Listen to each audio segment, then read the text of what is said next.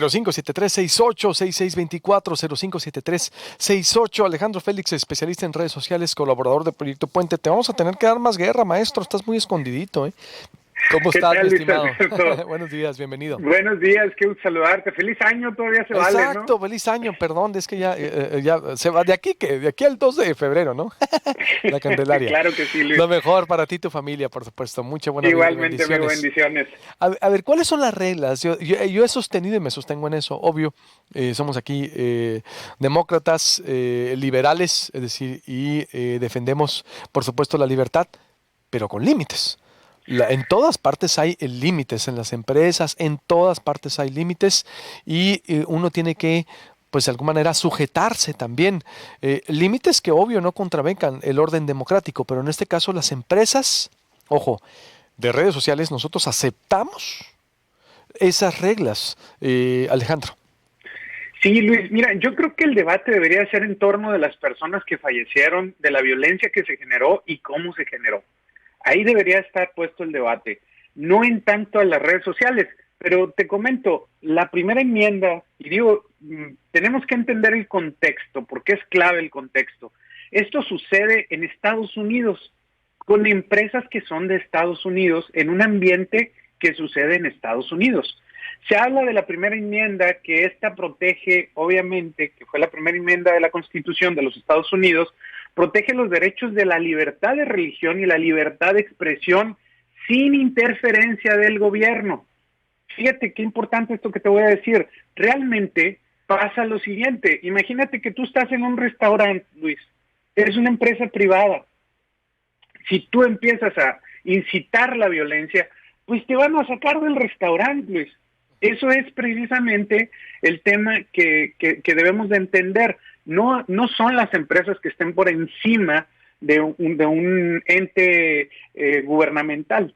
Existen reglas específicas creadas y obviamente créeme que hemos sido muy inquisitivos con las redes sociales de que se prohíba la violencia en Twitter, de que no se genere violencia o incitación a la violencia en cualquier red social, Facebook, Twitter, Instagram, etcétera.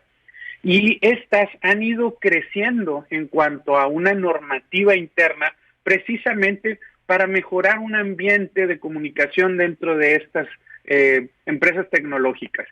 Cada una tiene, y cito Facebook en particular, tiene sus normas comunitarias. Y curiosamente el capítulo 1 habla de la violencia y la incitación. Ustedes pueden checar esto que estoy diciendo directamente, pues pueden buscar en Facebook normas comunitarias y ahí viene claramente establecido los capítulos de violencia, incitación, personas y organizaciones peligrosas, organizaciones de actividades nocivas y publicidad de la delincuencia, bienes regulados, fraudes y estafas, en fin. Viene una cantidad muy interesante de normas establecidas precisamente para crear un buen ambiente comunitario.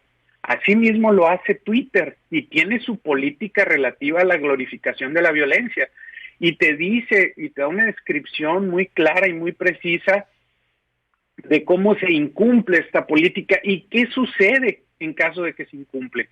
Yo creo que también, Luis, el debate debería ser no tanto en torno a lo que se ha venido comentando, de que si es una violación a la libertad de expresión, sino que actuaron tarde. O sea, realmente esto no debe haber pasado. Estamos hablando de que el presidente Trump se le consideraba el megalodón porque tenía un megáfono enorme a través de estos medios.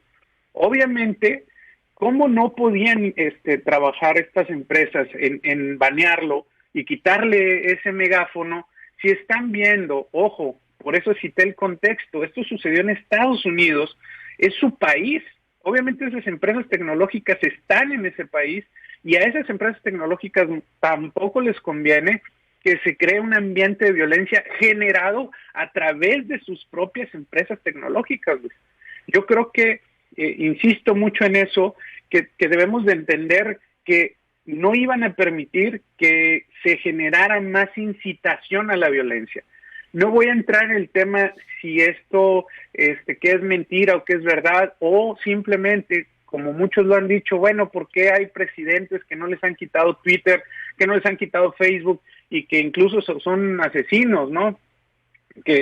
comprobados. Bueno, no les quitan Twitter o no les quitan Facebook porque no han violado las normas comunitarias o no han violado las políticas de estas empresas tecnológicas, ¿no? Entonces creo yo que es muy importante, Luis, y decírselo al auditorio, entender el contexto. No se trata de un tema de libertad de expresión. No considero que se esté violando la libertad de expresión, número uno. Dos, las empresas no están por encima de un ente gubernamental, están plenamente reguladas como organizaciones privadas que son. Y obviamente, número tres, pues bueno, nosotros aceptamos un contrato de uso al entrar a estas redes sociales. Si no lo leímos es otro boleto, pero aceptamos un contrato de uso claramente con una política de privacidad y una política de uso. Y bueno, finalmente también están estas normas comunitarias y estas normas que permiten o prohíben la difusión de mensajes de incitación a la violencia, cosa que sucedió con el presidente Trump. Y bueno, por último decirte, Luis, que lo que veo yo aquí es que se está desviando el verdadero debate, porque al señor le quitaron su juguete, que era un megáfono fabuloso, y pues está enojado, ¿no? Pues sí, tiene razón y además ya se prepara ahorita Estados Unidos, como decía Dolly Esteves, es la posibilidad de un segundo asalto violento al Capitolio, discutido en lugares oscuros del Internet como chats y Parler, piden traer bats y rifles de asalto. Están convocando una marcha del 1.000.000 de milicianos el 20 de enero para sabotear el juramento de Biden. Ese también es el debate, pero sobre todo las víctimas, exacto, los límites, la democracia en Estados Unidos bajo acecho. Y las reglas, exacto, pues uno las acepta, ahí están, la aceptar. Tú te metes y Twitter, todas te van dando los botones de aceptar. A nadie, la verdad, pues de alguna manera se le permiten esos, vamos a decirlo, excesos, aunque también como dices tú, porque hasta ahora, ¿no? Después de que Donald Trump estuvo durante 4 años desestabilizando al mundo, es decir, acuérdate, los primeros meses de presidencia era un día sí, otro también, tweets, gobernaba por el Twitter, Donald Trump, Sí, gobernaba en el Twitter, en verdad. el problema principal, Luis, es que cuando se da, digo, qué imponente se puede ver cuando se da una incitación a la violencia por parte del primer mandatario de los Estados Unidos.